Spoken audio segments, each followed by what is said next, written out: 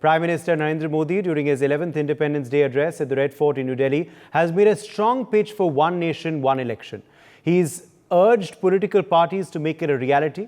He said extensive consultations have been held across the country on the issue and political parties have given their views. The idea of one nation, one poll refers to holding simultaneous elections across the country, which means that polls for Lok Sabha and state assemblies will be held together. Let's listen in to what Prime Minister said while making a pitch for this from the ramparts of the Red Fort today.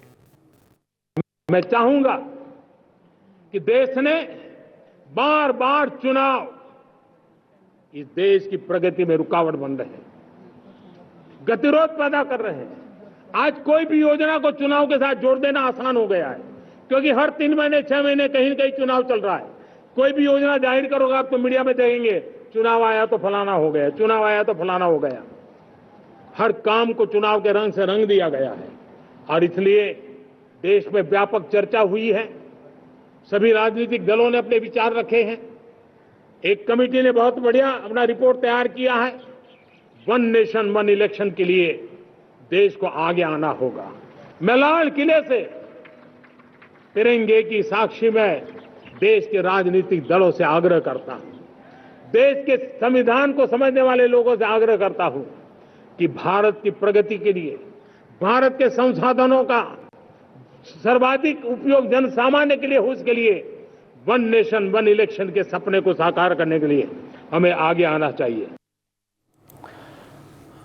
Sumit Peer is joining us on the broadcast, political commentator. Sumit, a big push for one nation, one election being made today by Prime Minister Narendra Modi. Prime Minister Narendra Modi spoke about his vision, the emphasis points of his government for the next 2 decades, of course, for the country for the next 2 decades, and of course his government for the next 5 years. Interestingly, the Prime Minister's resolve on certain issues has not broken. There may have been now a coalition government in power, but the Prime Minister's push for UCC continues. Also, the Prime Minister's push for one nation, one election, Sumit, continues.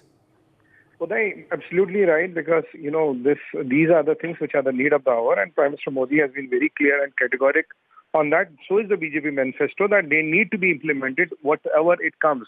Now, the people who are in coalition with BJP also need to understand this is what the mode of the nation is. This is what the BJP's manifesto has been. And if they're a part of the NDA, in a way, is what they endorse this.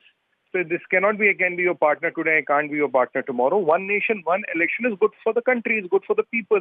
You save a lot of resources and you save a lot of these political, compromises and compulsions which come because there's an election. When you want to take action, bolenge, bhai election tha isliye liya. When you don't want to take action, election tha isliye nahi liya. When you want to do something, you're doomed. You don't want to do something, you're doomed. The country cannot be in a perennial state of elections in every 3 months. And then the Rajniti of the country can be driven by elections because, BJP as a party doesn't do it, but there are opposition parties who go and do it. I mean, the policy of appeasement is primarily driven by elections. Now, if you look today, what is the need of Akhilesh Yadav to oppose the Waqf bill? Because he looks at his vote bank and he looks at the possible UP elections which is coming, in a few months down the line. That is why he's thinking of let me oppose the Waqf Act right now. So these kind of things, if this menace has to be stopped, I think Prime Minister Modi is bang on. Let's have one nation, one election. So you're done with the elections. Now you have another 4.5 years to do governance and to do development of the people. And I don't think Uniform Civil Code and things like that have anything to do with anybody. It is for the good of the country, and Modi's vision of Viksit Bharat remains intact. And whatever things and hurdles are there for that Viksit Bharat, they need to be settled. If UCC is one nation, one election, if it is corruption, all these things need to be settled because at the end of the day, it is not what suits the vote bank of Mr. Akhilesh Yadav or Mr.